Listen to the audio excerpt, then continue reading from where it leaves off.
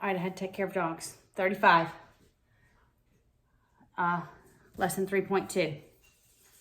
All right, now we're going to go on to 41.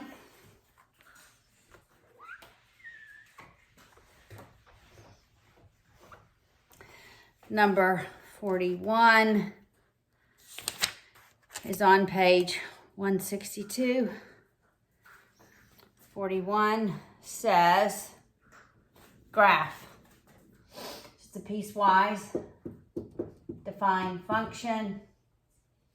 So it's 2x plus 3 when x is less than -1, and it's x squared, x greater than or equal to -1. So something happens at -1. All right, so I'm going to start with my open indicator on the linear function at -1, and I'm going to go backwards. So when x is -1, y is 1, because it'd be -2 plus 3. All right, so there's an open indicator. All right, so I wonder what happens at -3. So that'd be 2 times -3 plus 3. That's -6 plus 3, so that's -3. All right, that's -3. I was expecting a positive slope. All right, that's what that piece would look like. Now, at the x squared, we're going to have a closed interval. All right, we'll see what happens at 1. -1, rather. At -1, when x is -1, what is y? -1 squared is 1. All right, so when it's 0, it's 0. When it's +1, it's 1. When it's 2, 2, 3, it's 4. Hear the dogs? Had to lock them up. All right, so that's what it looks like. Graphed. All right, 49 is next. 49, we worked this one, guys. What is this as a piecewise function? I know something happens when x is 5, okay? So when x is 5, y is 0. All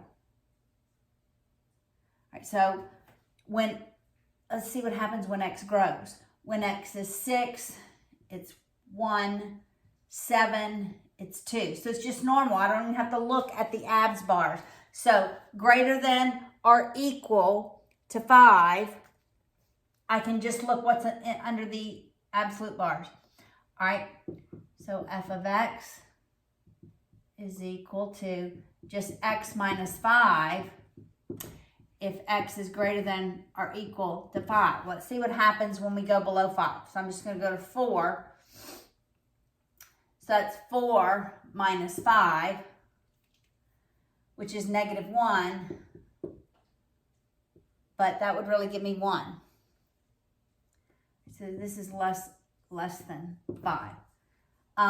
When x is 3, that'd be 3 minus 5. In the absolute bars, it would be -2, but I see a pattern. If I take 5 minus 4, if I take 5 minus the x value, I get 2, positive 2. So it's just 5 minus the x value when it's less than, because it's always going to be the positive, right? You're always going to go to the positive. All right, so what? That's number 49. 51.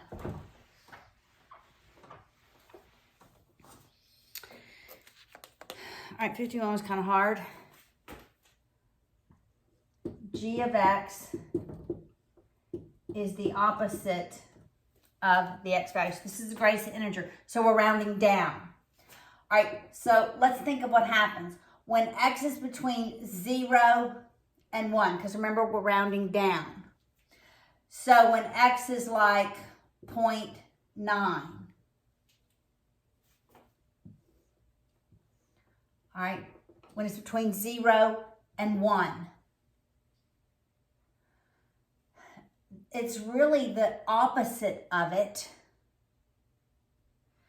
And so it's rounding down, so the y when I round down, what is the y value going to be? It's going to be -1. So anywhere between 0 and 1, that y value is going to be -1. All right, let's see what happens when x is between 1 and 2. It becomes like it's the negative, let's just say 1.5. So when we round down, it's going to be in between here, it's going to be -2 because we're rounding down. All right, so that's how it's going to step here to -1.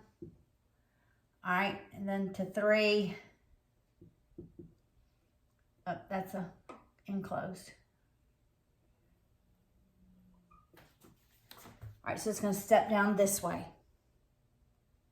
That's actually a horizontal reflection, such that what was up here has been reflected down. Actually, it's vertical because that's just the bars for the greatest integer. All right, so that was 51. 57. Oh, it's on the same page. Use your calculator to estimate the domain and the range for the square root x squared minus 4. Okay, I don't really have to, but we will. All right, so it's going to be the square root of x squared. I put x2. Delete. Delete. X squared minus 4. They're only going to be positive values. All right, so this is what it looks like.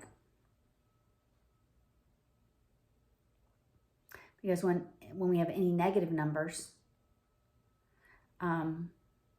it's always going to render a positive number.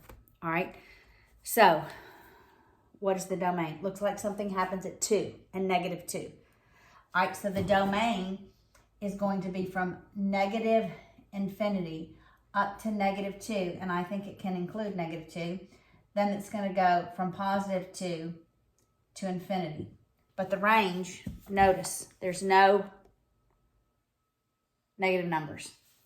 So the range is going to be from 0 to infinity. What number is that? Is that 57? That is 57. All right, 59. 59.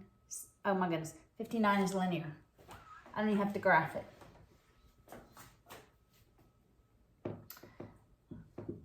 F of x is 3x minus 2. The domain and the range is going to be all reals.